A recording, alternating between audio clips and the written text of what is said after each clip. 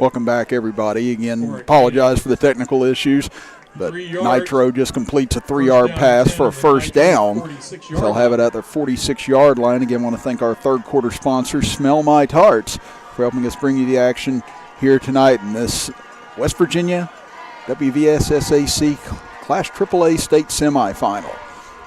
Duffy will hand it off, but in the backfield immediately is Porter, and he'll bring him down for a loss. What a jump by Porter on that play. You might as well call him Josh TFL Porter for tackle for loss. He's done it all season long, and that's what Chapmanville needs. Can't stress the importance of how big this drive is for Chapmanville, not to give up any more points to this Nitro offense. That's what you want to do, second and very long for the Wildcats coming up.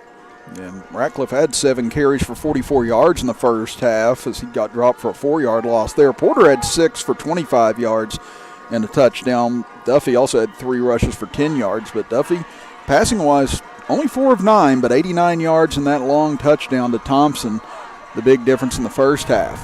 As Duffy will roll to the high side, has time looking, dumps it off underneath. Chapmanville comes up the gang tackle, and running out of bounds with it is Schaefer.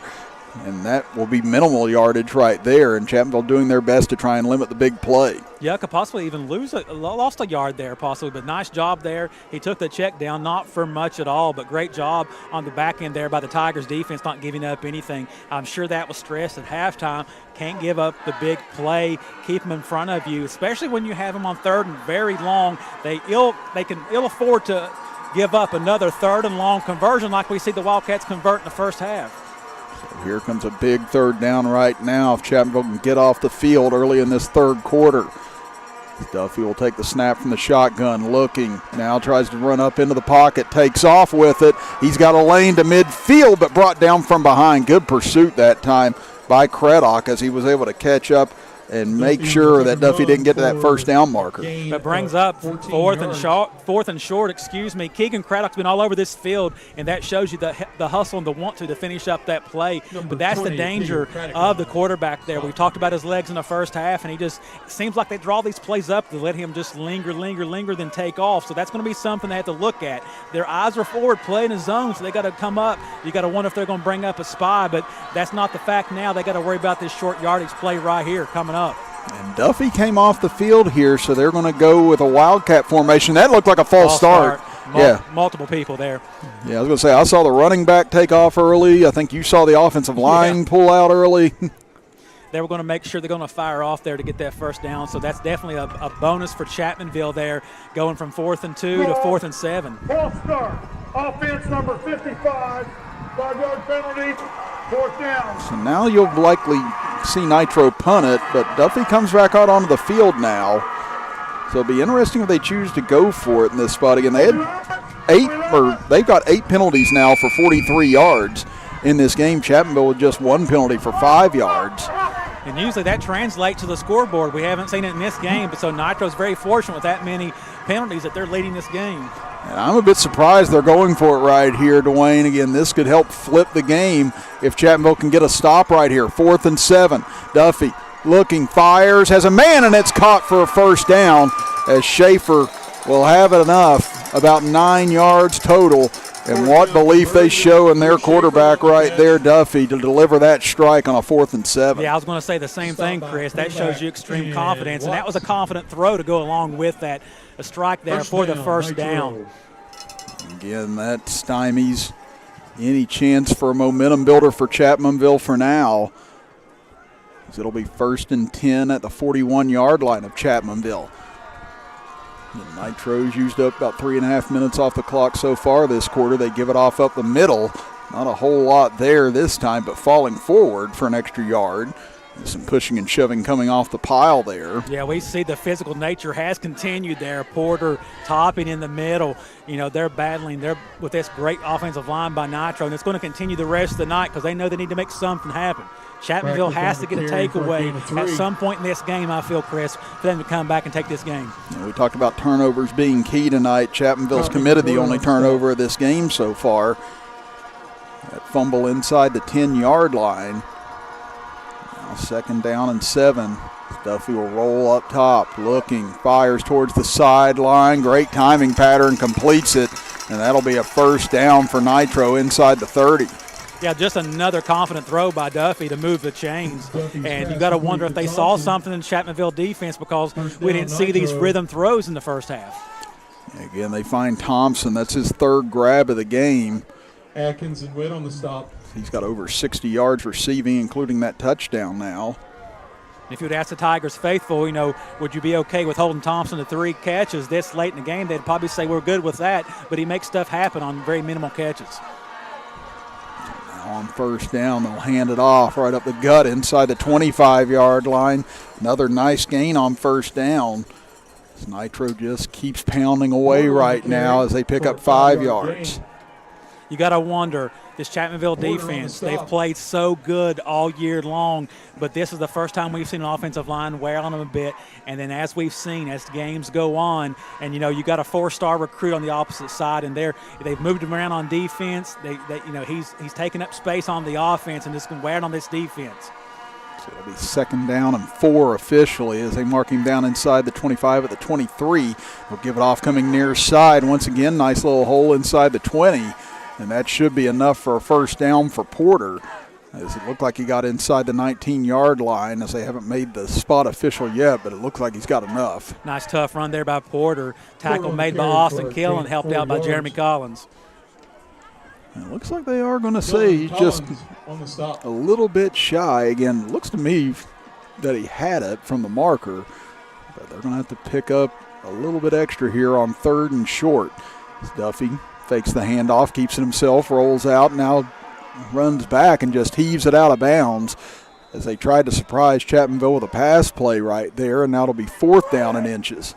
Yeah, the way he rolls out, the depth he does, and the patience he does, he has all time to throw, so that puts more pressure on the linebackers and secondary to stay disciplined and not come up trying to make a play. It's almost like he tries to bait someone to come up a bit, and he's accurate enough to make them pay for it.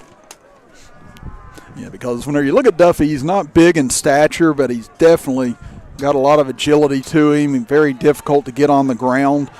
And they will go for it here on 4th down as they go with that Wildcat formation look. They touch it back to Radcliffe. He runs into the line. He'll have the first down, a little bit extra as he gets down to about the 16-yard line as Nitro just pounding away still on this drive as they've used up half the quarter already on this possession. Yeah, you can see what their approach was coming out. Let's rely on our line. Let's pound the ball. Let's eat up this clock and keep that Chapmanville offense on the sidelines. The defense will have to come up with something on this drive. And again, we're under 6 minutes to go here in the 3rd quarter. Chapmanville has yet to touch the ball here in this stanza thus far. As they trail it by 10, they'll give it off to Ratcliffe again. Ratcliffe buries his head and ducks down to about the 11-yard line. Once again, nice little chunk play to start that series of downs, Dwayne, another 4 or 5 yards. Yeah, they're keeping ahead of the sticks, Chris. We saw a few times in the first half, and even to start off this drive, they fall into 2nd and 3rd long. They're using their strength right now with that big offensive line to try to stay ahead of the sticks, give them plenty of options. And you see with the movement of the quarterback, they have those options. Haven't seen many play action or any type of misdirection. I got to wonder if they're going to use this aggressive defense nature of the Tigers' defense against them a bit to pop something misdirection or some sort of play action. 2nd and 6 from the Chapmanville 12. They fake the handoff, look for the slant over the middle. It is caught and then dropped, and now flags come out as Kovac looked like he delivered a helmet to the head hit that time. And they may end up calling him for targeting on this. Penalty on the play. And Kovac was trying to dislodge that ball as best he could. And I'd say you're probably going to get a helmet-to-helmet call here on Kovac. Yeah, just unfortunate because Wesley Watts made a heck of a play to get in there and break that pass up into Thompson there, and then Kovac just turned around as a linebacker and trying to catch up to the play, and you have to assume that's what the call is going to be. Well, the official comes to make it official. Personal foul against the defense, a hit on a defenseless receiver. It's half the distance to the goal, 2nd down. Now Nitro could be on the verge of opening up a 3-score lead here with 4:55 left in the 3rd quarter. That won't be a first down. It's half the distance, so it'll be 2nd and 1. It's just unfortunate there, Chris. You make a good play. Wesley Watts makes a good play on the receiver there to knock it loose and just to try to Now they go with the Wildcat again with Ratcliffe. Ratcliffe pushes forward, and he's into the end zone. Touchdown Nitro, and they have scored 16 unanswered points now to take a 23-7 lead. Nitro executed exactly what they wanted to do there. They come off the end of the first half, scoring those points quickly. They come out with a more patient approach. They want to run clock. They used half the quarter and finishes off in the end zone. Exactly what they wanted and not what the Tigers wanted to see to start this second half. 7 minutes and 10 seconds off the clock as Strickland's extra point is blasted through, and it's now a 3-possession lead for Nitro. We'll be back after this as you're watching the high school football semifinal playoffs with us right here on the D&D Sports Network. Come on down to Three Guys Pizza and Brew in Williamson, West Virginia. We're located on the corner of Harvey Street and 3rd Avenue. We got great deals on pizzas, sandwiches, and more. You get great service with great pricing. Enjoy your birthday or ball games with us here at Three Guys Pizza and Brew. Look forward to seeing you.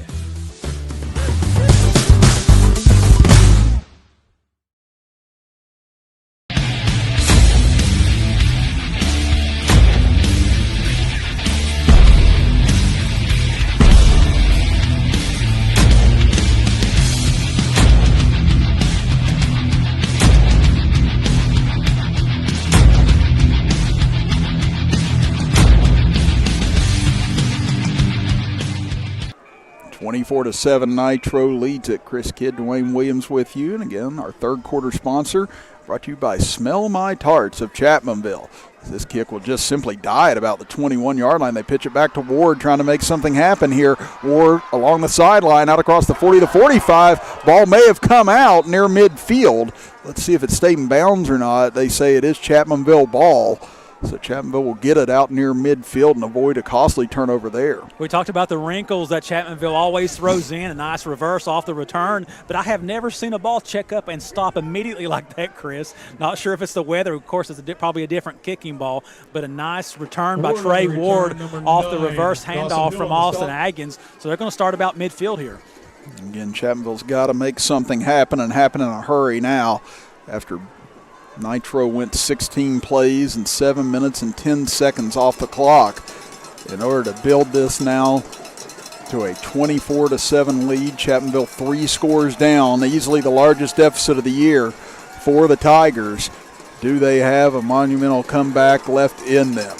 This is where you want to see that quick strike Tigers offense, not the methodical drive. They fake the handoff, go with the slant inside to Ward, and Ward will hang on inside the 45-yard line for about a 7, close to 8-yard gain. I like that play call, Chris. We haven't seen it a whole lot. We've seen it a couple times a few weeks back, but I like moving Ward into the slot to get that ball in the middle because they're used to seeing him on the outside or a toss or a pitch or a wide receiver screen. So I like that little wrinkle there to get the ball in his hands quick. They'll give it off to Kovac on 2nd and 3. He'll break it to the outside inside the 40 and brought down about the 39-yard line. So first down for Chapmanville. Yeah, Chapmanville's used to running up tempo, so even with the run game, they can still be in their hurry up. So you got to wonder how long they're going to stick with that. But when you can get a first down on the run, obviously the clock stops until we get the chains reset. Chapmanville's in business. They got to make something happen. And we're closing in now, under 4 minutes to go in the third quarter. Dalton brings into the line of scrimmage. Drops to throw under pressure, escapes to the left side, now just heaves it out of bounds and incomplete. And like we kind of mentioned, we haven't seen a defensive line really come in and dictate play against Chapmanville all year long, but Nitro's really forced Chapmanville to adjust how they have called this game and how Dalton's having to drop back and throw in these situations. He just can't really stay in the pocket right now. Yeah, and we've seen him have a pocket all season, and they're doing a lot of blitzing off the edge and extra man lined up on the edge. So when you combine that with how they are, attacking up the middle, it's making it really tough right now for Dalton to even get his feet set. Now 2nd and 10 at the 39 of Nitro. They give it off to Kovac. Kovac tries to fight forward, but he runs into a wall, and he's not going to get very far. They'll give him progress to about the 36, maybe the 37. And it'll be 3rd down and about 8 here for Chapmanville. Well, that was a nice play call, just a good play by the defense, because when you're getting guys upfield, that's how you beat that, with a draw. And we saw on the left side the defensive end did run past, but his teammates had his back there, Chris, because they're strong everywhere right now on this defensive line. It is. It is just a big and beefy front line for Nitro. And it's been tough for Chapmanville to find any sledding consistently, either running or throwing the ball here tonight. That'll be 3rd and 8 as Dalton drops to throw, has some time, fires deep downfield. Receiver fell down as it's intercepted, but this could be an interference on Nitro. Let's see as Schaefer made the pick in the secondary. The flag was thrown right where Ward went down. And again, if that pick does stand, that's a backbreaker for Chapmanville, but if this goes against Nitro, it keeps Chapmanville alive. Because there was no other Tiger around where they made the catch. So it had to be. Interference, defense number 15. 15-yard penalty, 1st down. So they do call that on Aiden Preston, the junior. That does keep Chapmanville's drive alive and gives them a new set of downs, I believe. Yeah, Chapmanville definitely needed that, because the alternative was an interception and, possibly making it very tough for the Tigers to mount a comebacks. But they have to do something with this drive. They're 3 scores down. They have to just keep doing what they're doing. There's plenty of time left. So they got to not get outside themselves. They have a propensity to call a trick play. They've executed them every single time that they've done. So you got to wonder how soon they're going to go to that bag. Spotted officially, it looks like at the 22-yard line for Chapmanville. And again, you feel like one of those scores needs to come in this quarter if Chapmanville is going to have much of a chance going forward. Again, Nitro's offense has been on fire here the last several drives. As Dalton drops to throw, fires high and incomplete as he tried to find Benji Atkins, but just too tall for him. Yeah, they saw the little movement there by Benji. He kind of goes outside, does a spin to give his big body a target there for Dakota, but the pressure, again, kind of rushed that. We've seen pressure all night long. And, Chris, you made a great point there. They do need to score before this 3rd quarter is over, not only just because of the time and situation, but also just the mental aspect of that, to give you that confidence saying, it's not, we're here, we still got a whole other quarter. So, this, we say it so many times, it sounds cliche, but this is such an important drive to the outcome of this game, because you're not here very often in the red zone. Now on 2nd and 10, Dalton rolls to the far side, fires towards the sideline, tried to find Benji, but off his hands and incomplete. It'll be 3rd down. And even that time, they roll Dalton away from the pressure, and the pressure still gets to him there and has to rush it up a little bit. The offensive line is doing a great job, because they have multiple players they have to block. But this Nitro defensive line is getting there far more often than we've seen all year long. And we talked about that discrepancy on the tail of the tape. That many sacks, 55 sacks this year. Insane number. It is an insane number. I mean, averaging nearly 5 a game with that type of total. So far here tonight, they've been all over Dalton. Here they come again. They set up a screen for Kovac, and they get to Kovac anyway. And again, just such a great disciplined defense by Nitro here tonight. Again, Chapmanville's dialed up a lot of the right plays. Just Nitro's been there and been ready for it, as you have a Chapmanville player down with 2:36 to go here in the 3rd quarter. So we'll step aside and be back right after this as you're watching high school football playoff action here on the D&D Sports Network. Looking for a new healthcare provider? Come see us at Tug Valley Wellness Clinic. We take all patients from the ages 2 and up. Our staff has over 30 years of medical experience. We do everything from DOT physicals, wellness exams, adult and child, walk-in visits, and more. Call us today at 304-236-3601 and reach us Monday through Friday.